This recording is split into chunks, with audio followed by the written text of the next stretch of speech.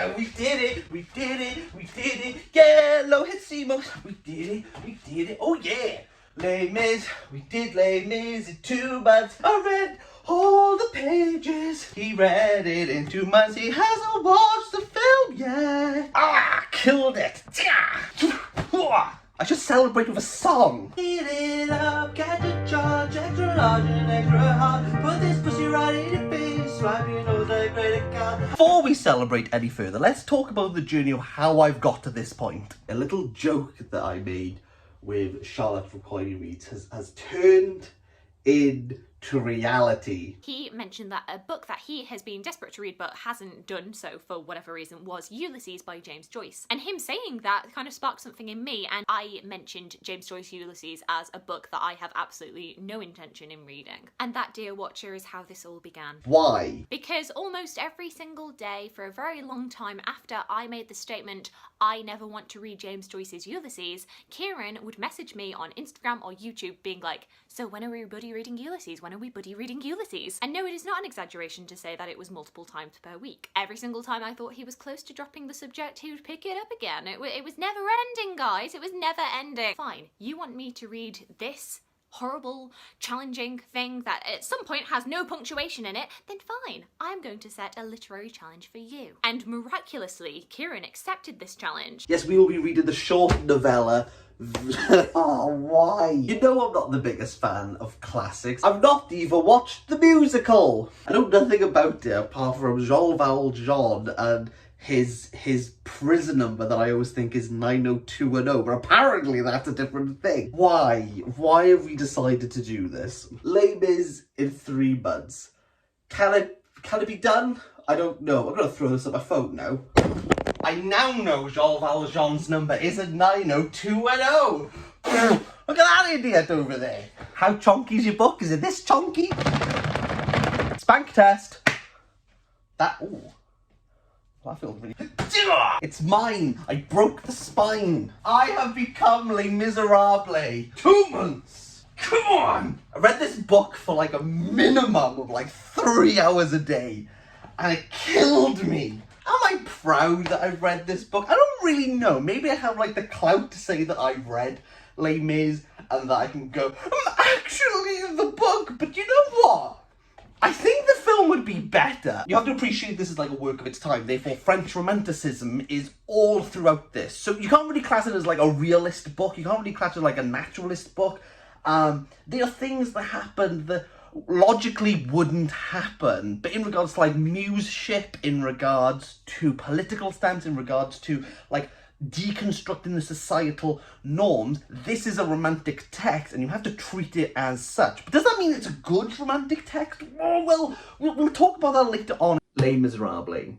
Les Mis to most people, and if you're part of the fandom, you might know this book as The Brick because it's big. It's not really the most inventive term, I'm not gonna lie. Nevertheless, it is a tome, and this second-hand copy I bought is just shy of 1,200 pages with font that is oh so small. But I said I would do it, and I did. I finished the book about the French Revolution. We have the rise of Napoleon, the tennis court oath, the storming of the Bastille, the end of the monarchy, the death of King Louis XVI and Marie Antoinette, liberté, equality, fraternité. The one, the only 1787 French Revolution. Open Les Mis, you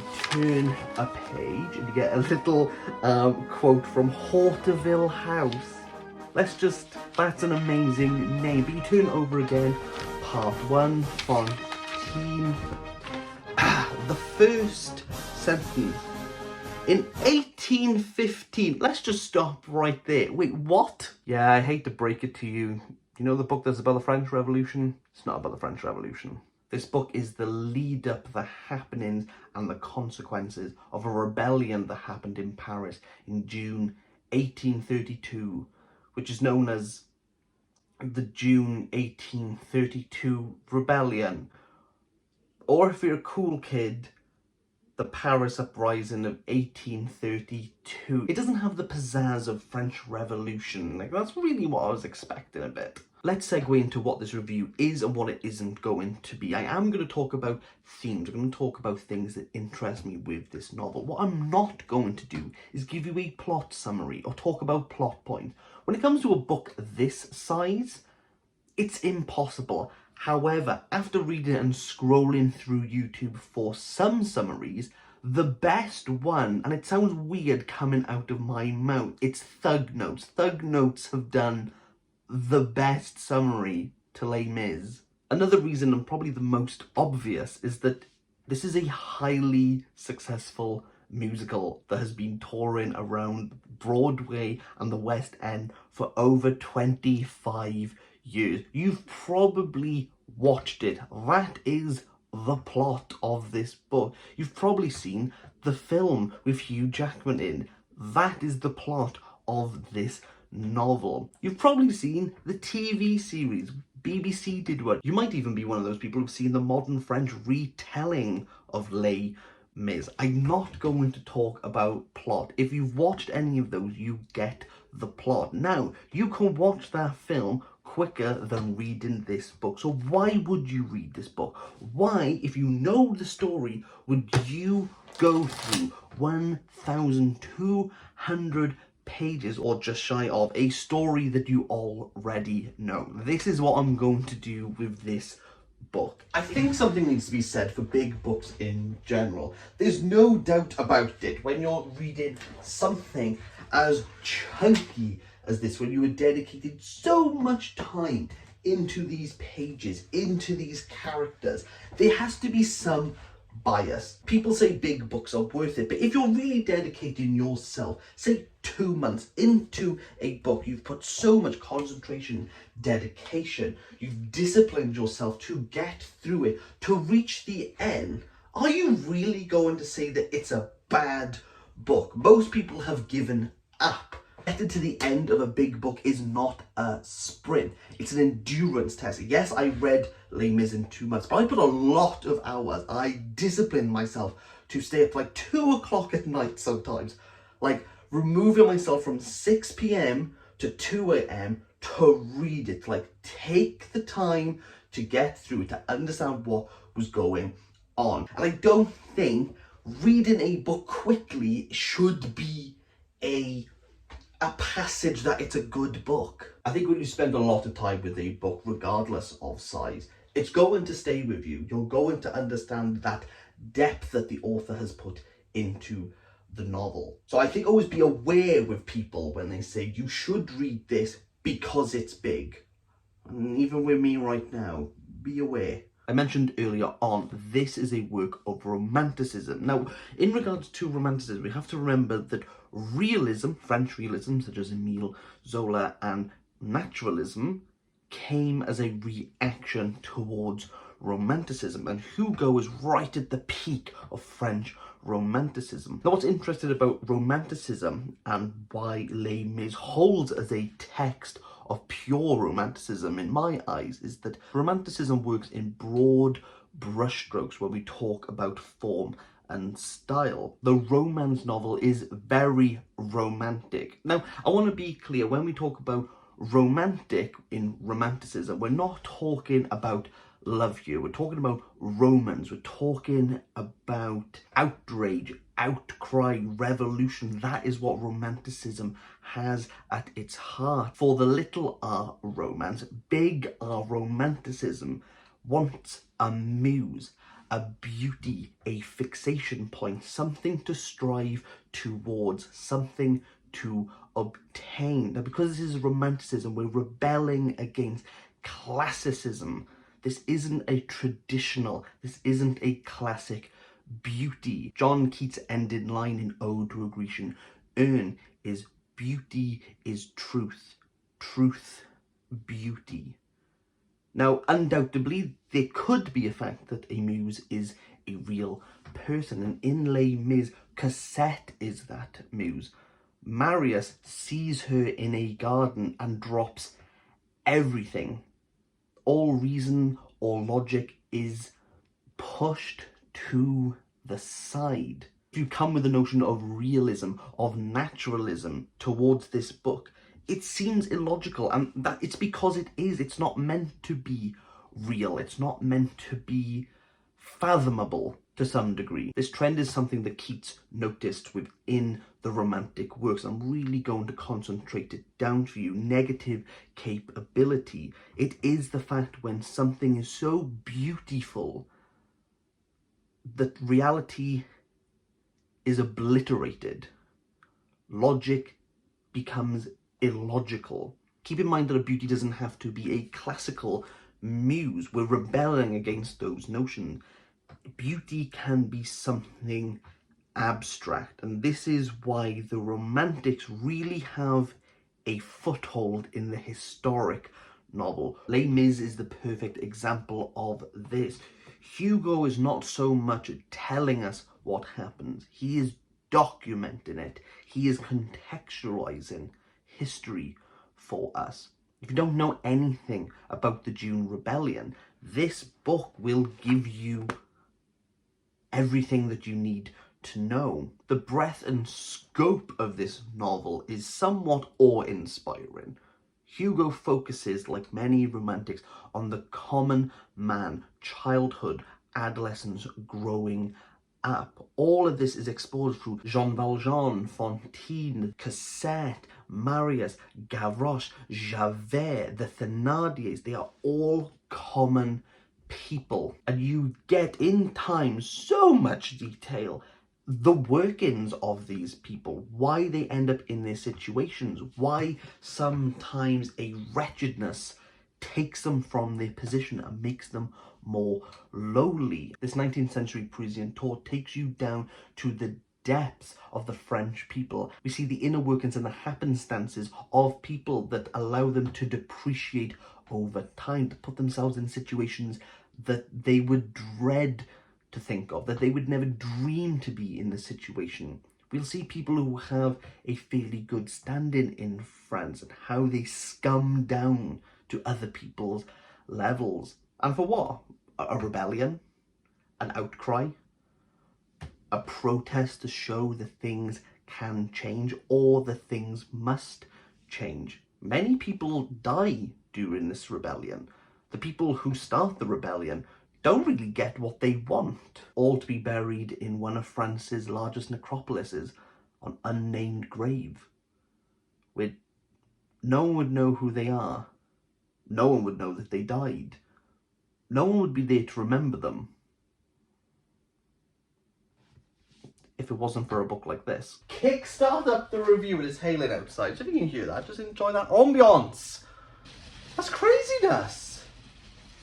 That's absolute craziness. Let's extrapolate further. At the end of this novel, people die. That is the end, and within the middle we see them live. But what happens at the beginning? We meet the bishop. The bishop who is part of the church, which means that there is a second life. It's a chance for people to be reborn, to have life, to rise up again. And we see the bishop himself has come from lowly means, but through the church has been able to invigorate, able to live a life they otherwise would not have had. When Jean Valjean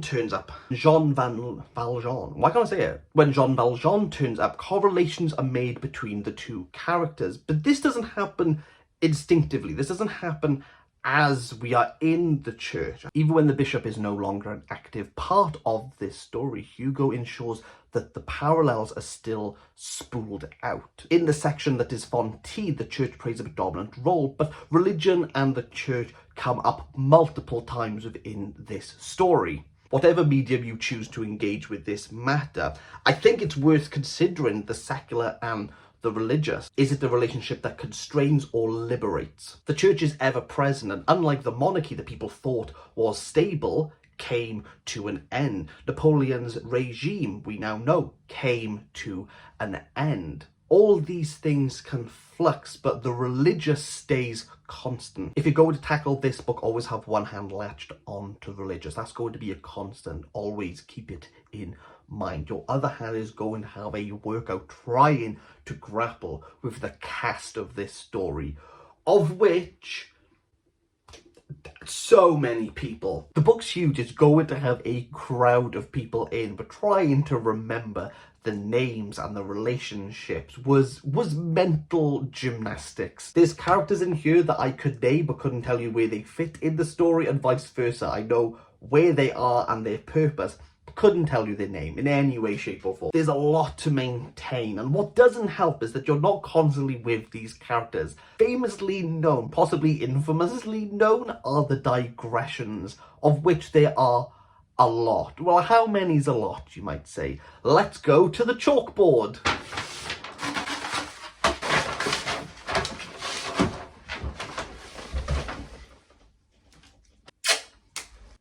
It's rough, but it'll do the trick. I can only find one source that gives how many digressions there are. It's in a Wikipedia article, and it says more than a quarter of the novel, by one count of 955 of 2,783 pages, is devoted to essays that argue a moral point or display Hugo's encyclopedic knowledge, but do not advance the plot, nor even a subplot, a method Hugo used in other works, such as we don't care about those. 955, 783. So this is the same as 9.5 over 27.8, which is roughly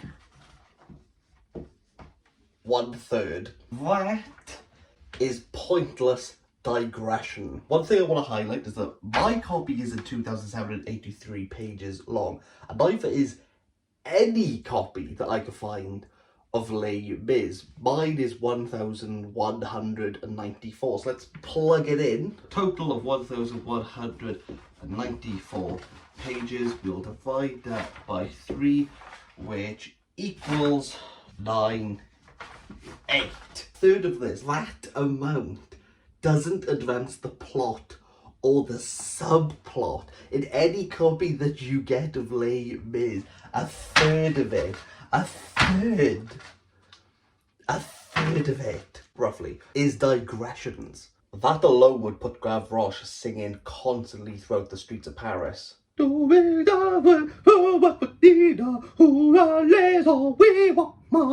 some reason, every time Gavroche enters the book, he starts singing, and that was me just making it up as I went along. And out of curiosity, I bought the audio book just to see how close I was, just by guessing French words, and I don't think I'm too far off. Et prétend qu'hier atela avec un russe s'en alla. Let me know, but back to the review. Hugo's flexing his encyclopedic knowledge. We are going to talk about the Battle of Waterloo. We're going to talk about the sewer systems, why the old ones were better than the new ones. We're going to talk about a bishop's chair for way longer than you think. The definitions, differences and nuances between words such as revolt and rebellion. One of my favourite digressions is in book 3, Marius, where he gives you Parisian slang.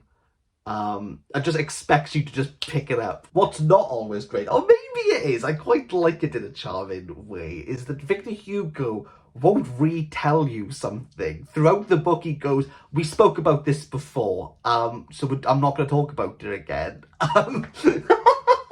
I like the sheer audacity. It's as if Hugo's going, well, I wrote it. Why don't you bloody remember it? You picked up the 1,200 page book. Put some effort into it. A good portion of this is digressions, of which you're never going to remember. You're never going to recollect. Do they push the story on? No, not particularly. The plot itself, I have to say, when it starts, is wonderful. The plot itself is well written, and an absolute testament to Hugo is that he can write. This is one of the easiest classics I've ever read. What I mean by good writing is that it's salt of the earth. Despite his intellect and despite his encyclopedic understanding of the world and France, politics, socio-economic standards, it's written for the common person. And it shows. I know absolutely diddly squat when it comes to Paris at this time, but reading Les Mis, not once did I feel patronised or that I was completely out of my depth. Victor Hugo has control when it comes to explaining something to a reader. That's really difficult to contain within a historic novel that is 200 years old about something that most people have no idea about. You just have to get the digressions out of the way. Now, I'm probably one of very few who's read the book and not watched the musical from beginning to end or the film. Now, the question you've all been waiting for, finally someone's going to give it to you. Should you read the book or just watch the film or musical? Let's find out. Good evening. Take two. Hello, Alexandra. How are Hi. you doing today? I'm good, What are thanks. we going to watch? We're gonna watch Les Mis. Have you ever watched Les Mis before? No. Have you read Les Mis? No. I've read Les Mis. We're going to watch the Hugh Jackman film version of it, which I think categorically is the worst of the Les Mises. Is it? It is, but I think it would be a really good comparison to see if it's better than reading the book. Because even though this film is 158 minutes, it tells me, take away 20 minutes for the credits. Trust me, it's a fact. Every time. Is it better than reading 1,200 pages? What would you say? Yes, it's got songs, so I have heard. Ah, there's songs in the book, but they're all in French, and I don't know the melody. There's no. He doesn't write the music in. No, I can't imagine he did. What's Les Mis about, Alexandra? A sad guy called Les. Okay, let's go.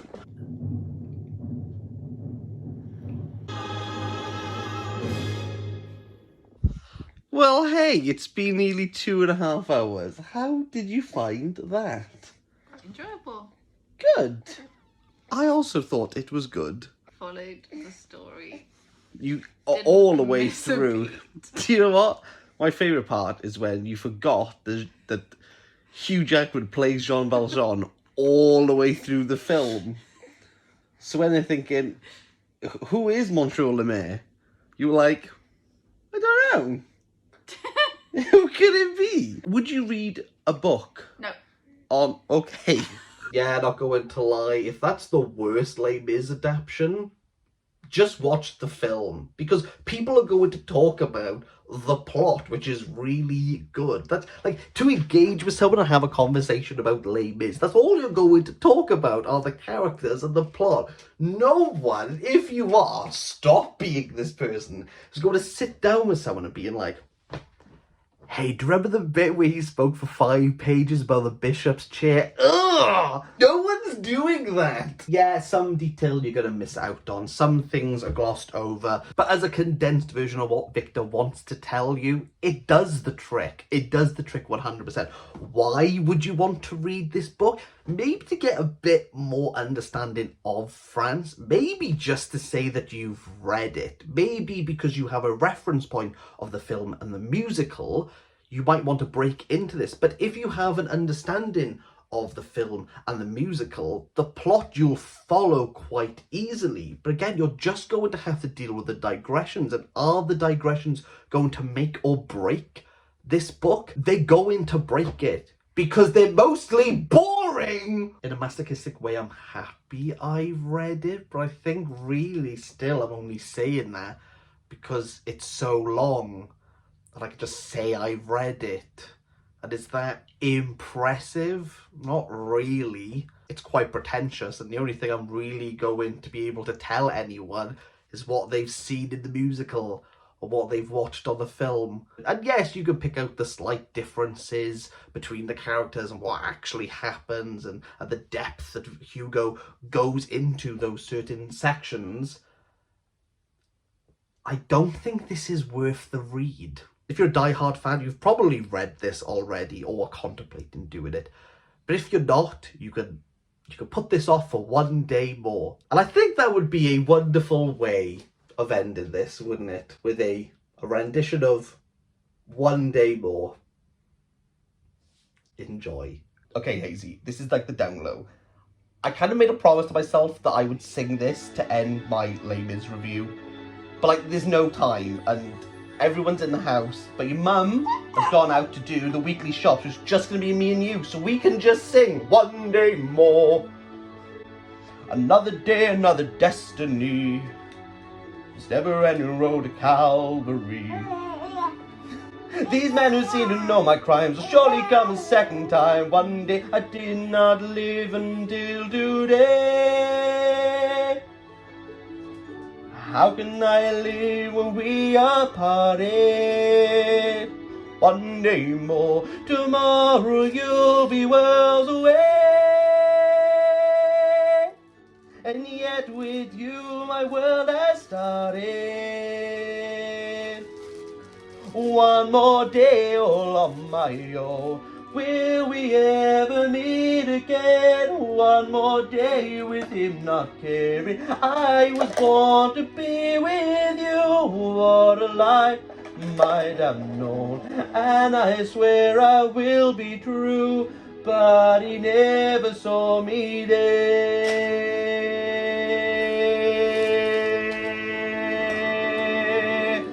One more day before the storm, do I follow where she goes? At the barricades of freedom, will I join my brothers there? When the ranks begin to fall, do I stay or do I dare? Will you take your place with me? The time is now, the day is here. Take it away, Hazy. One day more, one more day to revolution. We will nip it in the